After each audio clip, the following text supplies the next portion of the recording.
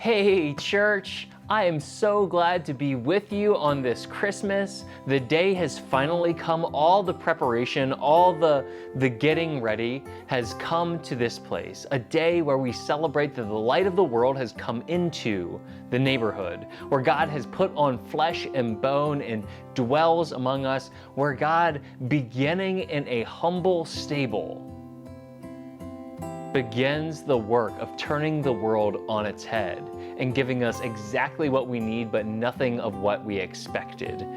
I can't help but think, though, that idea of giving us exactly what we need, but nothing of what we expected is like God's MO.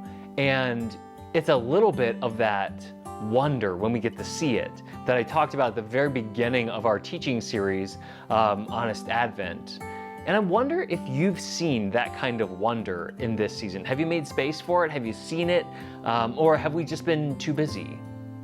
You know, I've caught glimpses of that wonder of people serving with one another, going above and beyond in this season to make sure it's the messages that you guys send me of encouragement, of asking if there is somebody in our community in need, or just checking in. It's the way in which we look at one another, seeing the humanity with us. And as we're kind of thinking about the Christ child today, I have to tell you, one of the most recent images of wonder that I have was when I was editing a video clip for another congregation. And there is Dad beside Mom, who is doing this reading for a church service. And there is Dad holding a newborn son, like all of 3 days old. Kind of newborn son, right? And so he's holding his son and looking with such reverence and terror and wonder. What are the possibilities? What does this mean? What does this new life mean? And right as I was watching that video, after having spent way too many hours at my computer already that day, I just stopped and I could see myself holding each of my girls, thinking both times, what have I gotten myself into? This beautiful, wonderful, mysterious kind of wonder that allows us to encounter more fully life. If only I could go back and talk to past Chris about what the experience and the adventure would be, I'm sure that I would have excitement. And just to say, relax, pause for a little bit, change the pace, because you will never be so grateful for being caught up in the wonder. And I want to read you, before we go today, a little passage from Luke chapter 2.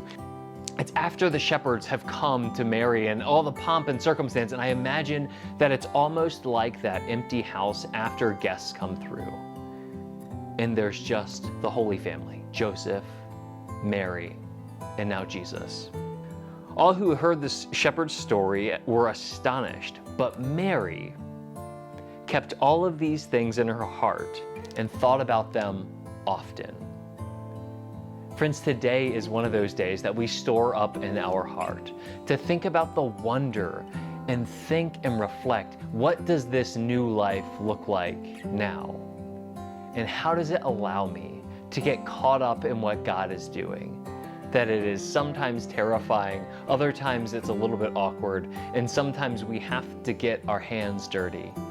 But at the end of the day, the wonder and the newness and the things, the possibilities that open up because of this day allow us to boldly step into the next day, into the next year with such excitement, because we know that if God wasn't done 2,000 years ago, God's still not going to be done today. And so with the Holy Spirit guiding us, we get to step into that wonder together. Friends, thank you so much for having this little chat with me. And Merry Christmas. I hope to see you soon. Be blessed, be safe, and be God's.